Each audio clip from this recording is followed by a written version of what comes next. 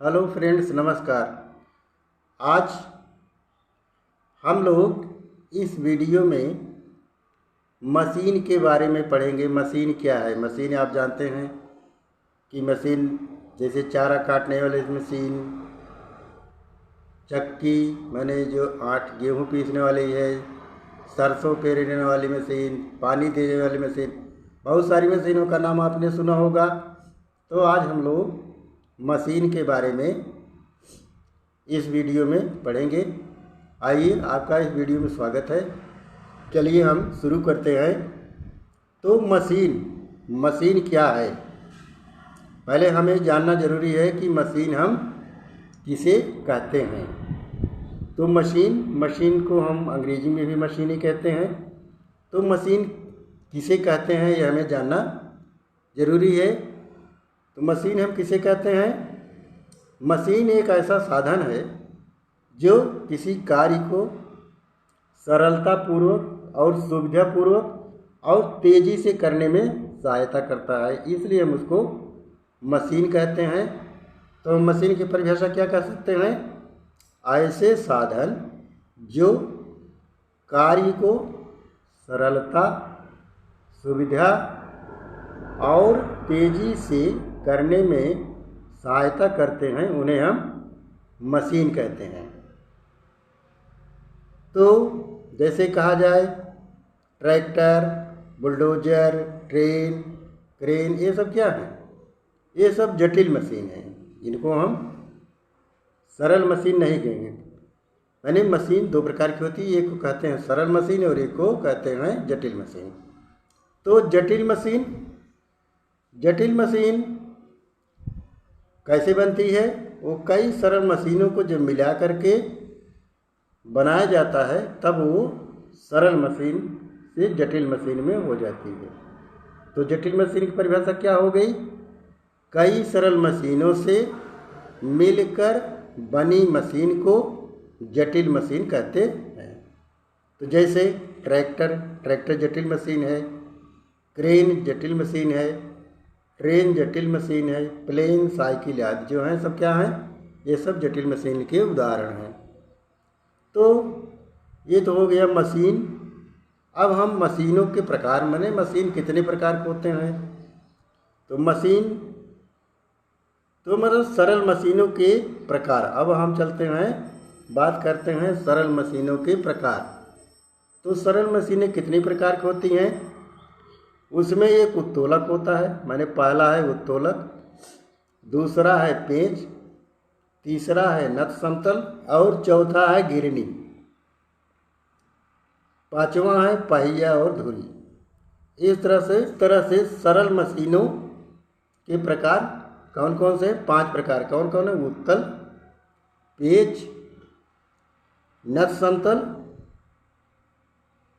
घिरनी, पहिया और धुरी। 5 प्रकार के होते हैं। आज हम पढ़ेंगे उत्तोलक के बारे में, माने उत्तोलक क्या है। आज हम उत्तोलक के बारे में पढ़ेंगे। तो उत्तोलक किसे कहते हैं? आज हम इस वीडियो में उत्तोलक माने लीवर के बारे में आज चर्चा करेंगे। तो अब उत्तोलक माने लीवर किसे कहते हैं? उत्तोलक क्या है? इसको आप भी देखे होंगे। जैसे देखिए, आपको थोड़ा हिंट कर देते हैं। जैसे कोई पत्थर का टुकड़ा हो या कोई ऐसा सामान हो जो उठाने पर, हाथ से उठाने पर ज़्यादा मेहनत लग रहा हो, तो उसे आप क्या करते हैं? बांस या बेड़ा या कुछ इस तरह राड, लोहे की छड़ मोटी या कुछ इस तरह से लेकर के उसको नीचे से लगाकर ढकेल देते हैं, माने उसको खसका सकते हैं। तो वह उत्तोलक हुआ। वहाँ पर जो काम कर रहा है वो सरल मशीन है और सरल मशीन में उसको हम उत्तोलक कहते हैं। तब उत्तोलक की परिभाषा क्या हो गई? अब आप समझ लें कि उत्तोलक परिभाषा क्या लिखेंगे? उत्तोलक परिभाषा कि उत्तोलक एक छड़ है। मैंने हमने अभी बताया कि जब आपका कोई कार्य आराम से नहीं होता, मैंने ज़्यादा मेहनत लगता है, तो आप उसके लिए बेड़ बल्ला या कुछ इस तरह का प्रयोग करते हैं। तो चाहे छड़ हो, चाहे बांस हो, चाहे बल्ली हो, तो वो एक वही हो गया कि उत्तोलक क्या है। उत्तोलक एक छड़ है जो किसी बिंदु के चारों ओर फ्री घूम सकते हैं। फ्री मतलब यहाँ स्वतंत्र, मान लो वह फ्री स्वतंत्र रूप से घूम सके तो उसे कहा जाता है कि यह उत्तोलक है। तो अब जब आप उत्तोलक का प्रयोग करते हैं तो उसमें देखते हैं आपको करना क्या पड़ता है। जब आप बांस या बल्ली का प्रयोग करते हैं तो आप क्या करते हैं, आप उसमें नीचे बांस या बल्ली या छड़ जो भी लिए हैं उसके नीचे पहले एक ईंट लगा देते हैं थोड़ा ऊंचा करने के लिए। ऊंचा जब कर लेते हैं तब आप क्या करते हैं, उसके एक सिरे को जिस सामान को उठाना होता है वहाँ लगा देते हैं और एक सिरे पर अपने हाथ से बल लगाते हैं। 1 लोग 2 लोग 3 लोग मिल करके बल लगाते हैं। तो आप देखें उसमें 3 भाग हो गया। एक को कहा गया आलम्ब और एक को कहा गया आयास और एक हो गया भार। तो अब उसमें आलम्ब कौन है, आयास कौन है, भार कौन है। तो चलिए इसको हम आपको इस तरह बता देते हैं कि जैसे मान लीजिए कि हमने इस तरह से एक ऐसा ले लिया, ये मान लीजिए आपका छड़ है। तो अब यहाँ पर कोई सामान ऐसे है, इसको हमें उठाना है, मान लीजिए पत्थर है या कुछ है, उठाना चाह रहे हैं, क्या कर रहे हैं।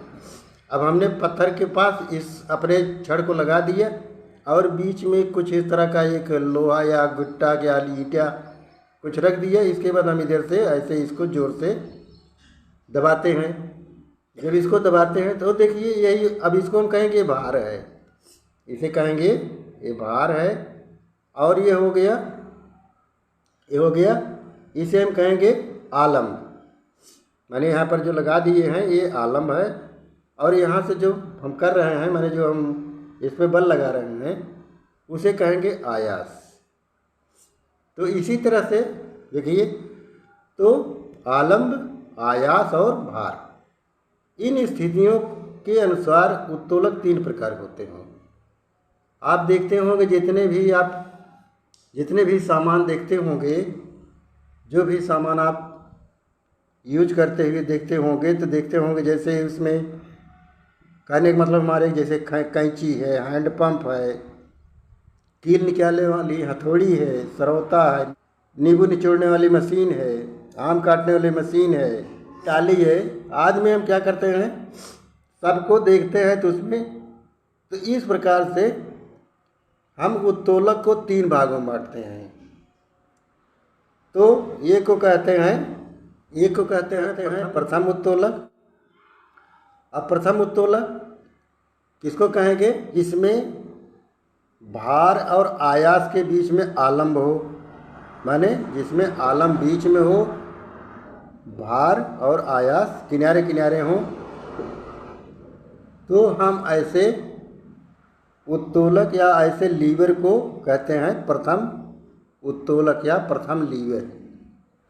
उसे हम तो माने प्रथम लीवर किसको कहते हैं, प्रथम लीवर हम उसको कहते हैं जिसमें आलम बीच में हो, भार और आयास किनारे किनारे हों, तो उसको हम प्रथम उत्तोलक या फर्स्ट लीवर कहते हैं।